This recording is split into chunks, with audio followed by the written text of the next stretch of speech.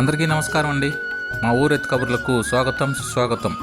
మామిడికాయలు పండించడం చాలా ఈజీ, చాలా సులభంగా పండించేస్తారు మీ పక్క వాళ్ళంతా అనేసి చాలామంది అంటుంటారు.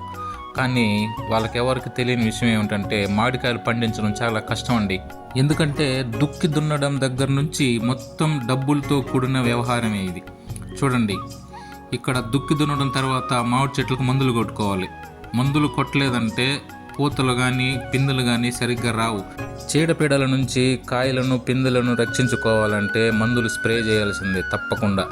ఇలా చూడండి, ఈ విధంగా మనం స్ప్రే చేసుకున్నట్లయితే కాయలు చూడడానికి చాలా నాణ్యంగా వజ్రాల్లాగా కనపడతాయి. ఈ విధంగా రావాలంటే చెట్లకు ఎరువులు వేసుకోవాలి, కాయలకు మందులు కొట్టుకోవాలి, చెట్లకు నీళ్లు కట్టుకోవాలి. ఇదంతా డబ్బుతో కూడిన వ్యవహారం. డబ్బులు ఉన్నట్లయితే ఏదైనా చేయొచ్చు. డబ్బులు లేకపోతే పక్క వాళ్ళ దగ్గర అప్పు చేసి మరీ చేయాల్సి వస్తుంది.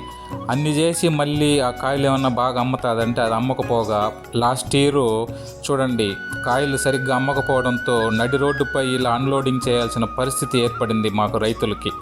కానీ చెప్పే వాళ్ళకేమో మామిడికాయలు మీకు బాగా వస్తుంది, మీకేం బాగా జరుగుతుంది అంటారు. కానీ మా పరిస్థితి అయితే మాత్రం ఇదేనండి.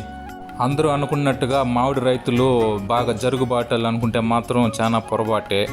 ఈ విధంగా నడి రోడ్డుపై మామిడికాయలు దించే పరిస్థితి ఇలా వస్తుందని మేము ఎప్పుడు కలలో కూడా అనుకోలేదు. ఆఖరికి మామిడి చెట్లనే నమ్ముకున్న మేము మామిడి చెట్లని నరికేయాల్సిన పరిస్థితి ఏర్పడింది.